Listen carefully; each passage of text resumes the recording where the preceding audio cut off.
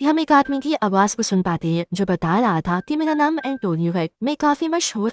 क्योंकि लोग मुझे डीमस को कंट्रोल करने वाले, डीमस को भगाने वाले और इस तरह ही कई सारे नामों से जानते हैं। मैंने बहुत सारे लोगों के अंदर से डीमस को भगाया भी है, उन पर जादू करके, और ये ताकत की शक्ति मुझे मेरी फैमिली से मिली है। दरअसल एंटोनियो का पूरा ही खानदान नस्ल दर नस्ल पोसेस लोगों ये जितने डीमस में अपने कंट्रोल में दिया होता है, उनके अंदर से डीमस को निकाल कर उनकी मदद करती थी। देखते ये एंटोनियो को, जिसके पास कबीले के कुछ लोग एक लड़की को लेकर आते, जिसकी हालत खराब थी, वो बेहोश थी क्योंकि उसे डीमन ने पोसेस किया हुआ था। तब एंटोनियो उस लड़की को अपने सामने लिटाकर उस पर जादू करने लगता है, जहाँ तभी वो लड़की एकदम से आंखें खोल दी। दरअसल उसके अंदर का डीमन चाप चुका था, जो उठते ही एंटोनियो पर पूरी तरह हमला कर देता है। पर तभी वो लड़की पर और ताकतवर जादू करके आखिरकार उसे अपने कंट्रोल में कर ही लेता। इसके बाद कहानी काफी सालों आगे जाती है, जहाँ एंटोनियो बुरा हो चुका है और इस वक्त वो मेंटल हॉस्पिटल में है। वो वहाँ की एक औरत को अपने गुजरे वक्त की कहानी सुना रहा था, जिस पर हैरत से वो औरत पूछती है, क्या पहले बहुत सारे डिवोर्स हुआ करती थी,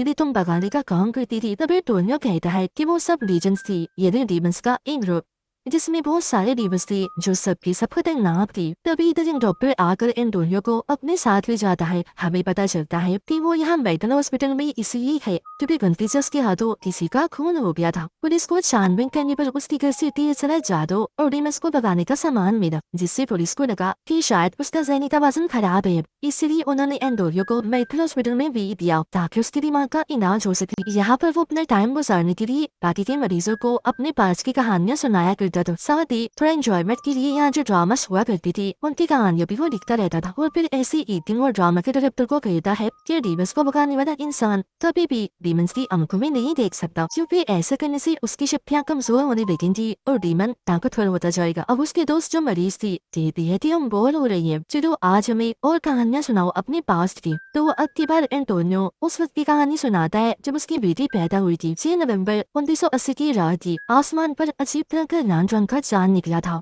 चांद बिल्कुल पूरा था और इसी वक्त एंटोनियो की बेटी पैदा हुई। रिंग और बुरी चीज हो गई। इसी रात उसकी वाइफ पोसेस्ड होकर बार बार एक ही नस बोल रही थी, कोरिया डीमन, जो सुनकर एंटोनियो काफी घबरा गया था, क्योंकि उसे समझ लग गई थी कि मेरी वाइफ और बेटी को कोरिया डीमन से खतरा है, जो बेहद ही खतरनाक डीमन है। इसीलिए अगली सुबह एंटोनियो अपनी माँ और बेटी के साथ दरिया किनारे जाता है और वहाँ एक रिचुअल इन जादू करता है, जबकि उसकी मॉम अपनी शक्तियों से एक नेकलेस बनाकर उसे एंटोनियो की बेटी को पहनाती है, जो हर टाइम के डीमन से उसकी हिफाजत करेगा। साथ ही वो उसे ये भी कहती है कि तुम्हारी बेटी को ये नेकलेस सारी जिंदगी के लिए पहनना होगा। खैर इस सब के बाद जब एंटोनियो घर वापस आता है तो ये देखकर काफी दुखी हो गया था कि कोरिया डीमन ने उसकी वाइफ को मार दिया। कहानी वापस प्रेजेंट टाइम में आती है। एंटोनियो को पता चलता है कि उससे मिलने उसका लॉयर वकील आया है। वो जब उससे मिलता है तो लॉयर कहता है कि गुड, बहुत खूब, तुम बहुत अच्छा काम कर रही हो, ऐसे ही शांत बर्ताव रखो, क्योंकि ऐसा करने से तुम्हारा ही फायदा है। तुम्हें जल्दी से इस मेंटल हॉस्पिटल से छुट्टी मिल जाएगी। लेकिन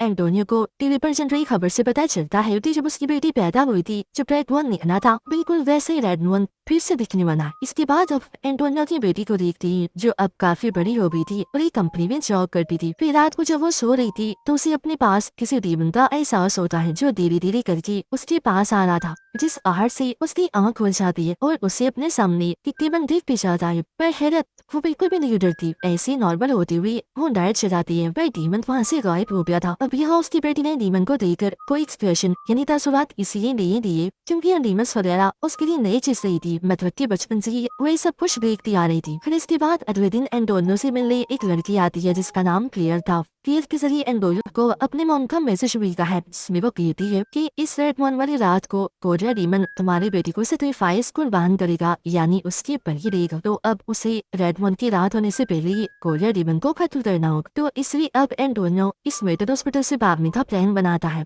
लेकिन भागते भागते गार्ड से बचने के चक्कर में वो उस औरत के कमरे में चला जाता है जिसे वो कहानियां सुनाया करता था। वो एंटोनियो वो कहती है कि तुमने अपनी बेटी की कहानी अधूरी सुनाई थी, आगे क्या हुआ वो तो बताओ। तो वो बताने लगता है कि हमारे खानदान के खून में अलग तरह की ताकत है, जिसमें हमारा यकीन होना और खुशी से रहना बहुत जरूरी है, और अगर हम ऐसा ना करें तो हमारी शक्तियाँ कम होती जाती है। जैसे कि जब मेरी वाइफ की मौत हुई थी तो मैं दुखी रहने लग गया था, तो इसी वजह से मेरी शक्तियाँ कुछ हद तक कम हो गई थी, मैं कमजोर हो गया। जबकि मेरे मुकाबले में हमारा दुश्मन कोरिया डीमन और ताकतवर हो गया। असल में मेरा यकीन कम हो गया था और फिर जब मेरी बेटी थोड़ी बड़ी हुई तो मुझे पता चला कि मेरी बेटी के अंदर भी बिल्कुल मेरी जैसी ही शक्ति है कि एक रात जब मैं और मेरी बेटी सो रही थी तो कोरियर डीमन ने मेरी बेटी पर हमला कर दिया और उसके गले का नेकलेस चुरा लिया जो मेरी मॉम ने उसके लिए बनाया था। अब नेकलेस ना होने की वजह से मेरी बेटी का मेरी और उसके खुद की जादुई ताकतों से यकीन उठने लगा, जिसके बाद उसका बर्ताव एकदम से ही बदल गया और उसी यहाँ जिंदगी में रहने से मसला होने लगा। जहाँ हम शुरू से ही कमलों की सूरत में रहती आ रही थी तो इसीलिए मजबूरन मुझे अपनी बेटी को शहर लाना पड़ा, लेकिन यहाँ आकर भी मैंने अपना काम नहीं छोड़ा। बेटे मैं उसको बताने का काम अभी भी करता रहा। तो जाहिर है इस काम के लिए मेरे पास सारा सामान भी था, पर यह चीज मेरी बेटी को जरा भी पसंद नहीं थी, क्योंकि जब मेरी बेटी के स्कूल में बाकी बच्चों को ये बात पता चलती है कि मैं भूतों डीमंस को भगाने का काम करता हूँ तो वो उसे चढ़ाती है, उसका मजाक बनाती है और तो और वो पोजेस लोगों को अपने किसी घर में रहकर पहले उनका डीमन लगाता था और फिर उनके चोटों की उनके सपनों की वरम पट्टी भी करता था। तो इसलिए दिन रात उसके घर से ड्राउनी चिल्लाने की आवाजें आया करती थी। फिर जब उसकी बेटी 17 साल की हुई तो इन्हीं सब चीजों को लेकर एंटोनियो की अपनी बेटी के साथ बहस हो गई। उसकी बेटी को इतना गुस्सा आया कि उसने वो दरवाजा खोल दिया जिस कमरे के अंदर पोजेस्ड आदमी को रखा गया था। वो काफी सादिम खतरनाक लग रहा था। उसने एंटोनियो की बेटी को पकड़ लिया और उसे बस मारने वाला था कि तभी अपनी बेटी को बचाने के लिए एंटोनियो ने उस पर हमला कर दिया। और ये हमला इतना जानलेवा था कि उस आदमी की मौत ही हो गई। और यही वो खून था जिसके इल्जाम में आज वो वेटल हॉस्पिटल में भर्ती है। एंटोनियो ने उन सभी को ये पूरी कहानी सुना दी थी और अब वो हॉस्पिटल से निकलने में कामयाब हो ही जाता है। पायन गाड़ी में क्लियर उसकी मदद कर ली उसे लेने के लिए आई थी, जो पहले भी एंटोनियो की मॉम का मैसेज लेकर आई थी। अब क्लियर उसे एक होटल में लेकर जाती है और उसे अपनी आबी का सारा प्लान समझाती है कि अगर आप अपनी बेटी के साथ अच्छा ताल्लुक बनाना चाहती है तो सबसे पहले आपको एक अच्छा डर बनकर उसका भरोसा जीतना होगा, यानी कि तुम्हारी बेटी हमेशा से जैसा नॉर्मल डैड चाहती थी आपको वैसा बनना होगा। और उधर ऐसा करती एक बार तुमने अपनी बेटी का भरोसा जीत लिया तो फिर तुम जादू करके कोरियर डीमन से डरकर उसका खात्मा कर सकती हो और उसे उसके प्लान में नाकाम कर सकती हो।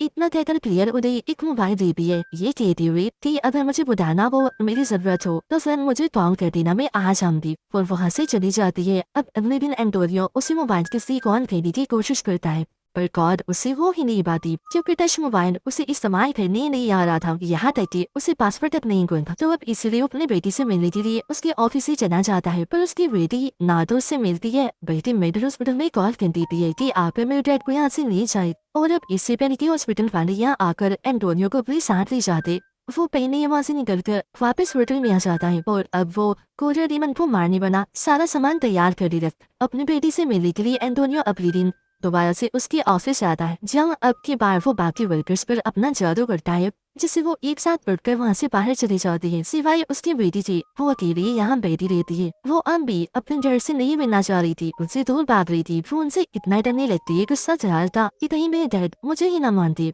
लेकिन यहाँ उसके डैड धीरे धीरे गलती आगे आती है और उसे कोरियर डीमन के बारे में सब बताने लगती थी। उसका इरादा था कि वो शैतान को यानी बुराई को लोगों की बनी देकर उसे सदियां भी नाई दे, जिससे यहाँ हर तरफ उनका ही नाम। पर अभी भी वो इतना डरी हुई थी कि उन्हें चुप रहने का यहाँ से जाने का कहती है। वो कुछ भी सुनने को तैयार ही नहीं थी, तो इसलिए एंटोनियो दुखी होती हुई वापस होटल में आ जाता है, जहाँ पर क्लियर पहले से उसका इंतजार कर रही थी। एंटोनियो उसको बताता है कि अगर मेरी बेटी खुद को जान जाए यानी उसे खुद ही एहसास हो जाए कि वो क्या है और उसके खुद में कितनी शक्ति ताकत है तो कोरियर डीमन की ताकत अपने आप ही कम हो जाएंगी। वो कमजोर से कमजोर होता चला जाएगा। बस मेरी बेटी को इस सब पर यकीन करने की जरूरत है। अब प्रियर उसे अपनी हिफाजत करने के लिए एक होली वाटर की बोतल देती है जो डीमन से लेने भी उसके काम आएगा और उसकी हिफाजत करेगा, और खुद यहाँ से चली जाती है। फिर इसके बाद एंटोनियो रिचर्ड इन जादू करना शुरू करता है कि उसकी बेटी को इस बात का एहसास हो जाए कि वो क्या है। वो खुद को पहचानती तो तभी वहाँ लॉयर के रूप में वो डीमन आ जाता है, जो पहले उसकी बेटी की कमरे में जाता है और बाद में बाहर आकर एंटोनियो पर हमला कर देता है, जिससे वो काफी जख्मी हो गया था। तो अपनी जान बचाने के लिए वो थोड़ा सा होली वाटर उसके ऊपर फेंक देता है, जिससे उसका आधा चेहरा चिन जाता है। पर अगली पर यह मेडिकल हॉस्पिटल के लोग आ जाती है, जो एंटोनियो को बेहोश करके वापस से मेडिकल हॉस्पिटल में ले आती। उसका मानना अभी भी यही था कि एंटोनियो पागल होता जा रहा है, तो इसलिए अब के बार उसे रस्सी से बांध दिया जाता है। और अगले दिन वो रात आ ही जाती है जब ब्रेड रोल था। आज भी वो नॉर डीमन के रूप में एंटोनियो की बेटी के पास जाता है क्योंकि वो उसका दोस्त था।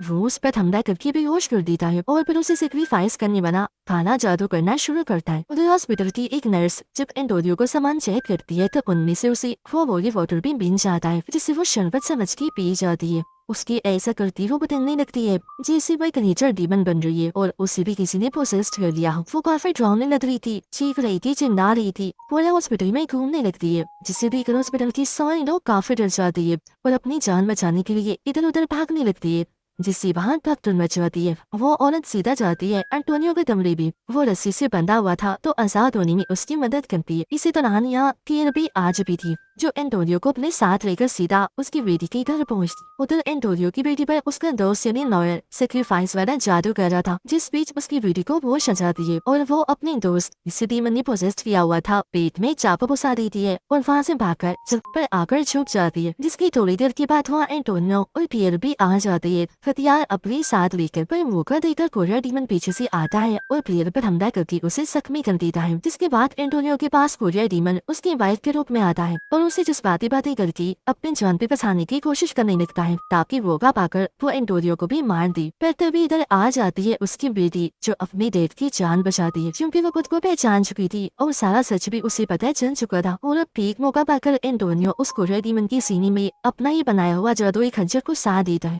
जिससे तब जाकर आखिरकार उस डीमन का खात्मा हो पाता है। फिर एंटोनियो खंजर से उस डीमन का पेट भी काट देता है।